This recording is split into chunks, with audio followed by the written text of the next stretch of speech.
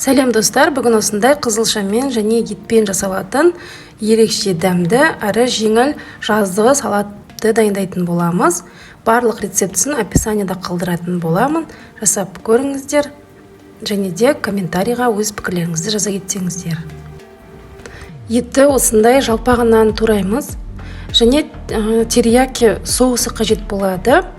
Бізде сковородкаға ешқандай май құймаймыз. Бірден етті салып, тұзда, бұрышта ештеңе салмаймыз. Тек осы терияки соусына қорып пісіріп аламыз.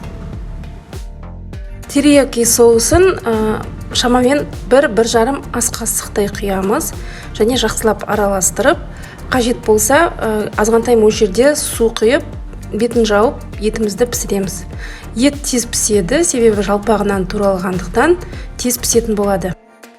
Қызылшаны үккіштен өткіземіз және осылай жалпағынан туралған редискаларды үстіне қойып, жақсылап түсін шығартып аламыз. Салаттың соусына бізге мед қажет болады және бальзамический соус қажет. Үстіне құямыз және де лимонның согы қажет болады. Жарты лимонның согы жарайды.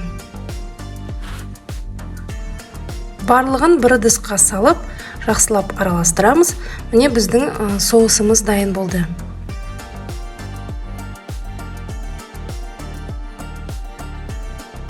Ет піскеннен кейін енді салатымызды әдемілеп жинаймыз. Осындай кондитерлік форманы аламыз кез келген және үккіштен өткізген қызылшамызды осылай салып, үстінен көп баспаймыз, осылай жеңіл басып формасын келтіріп аламыз.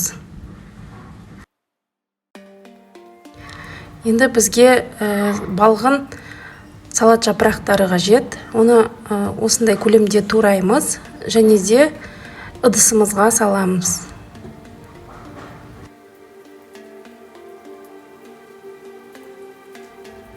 Піскен етті осылай салатымызға дәл видеодағыдай салып шықсаңыздар болады. Енді салатымыздың үстіне осы жаңағы дайындаған соусымызды құйып шығамыз. Бізге творожный сыр қажет. Осылай қасықпен алып, үстіне қойып шығамыз. Неғұрлым творожный сыр көп болса, салатымыз соғұрлым дәмді болады.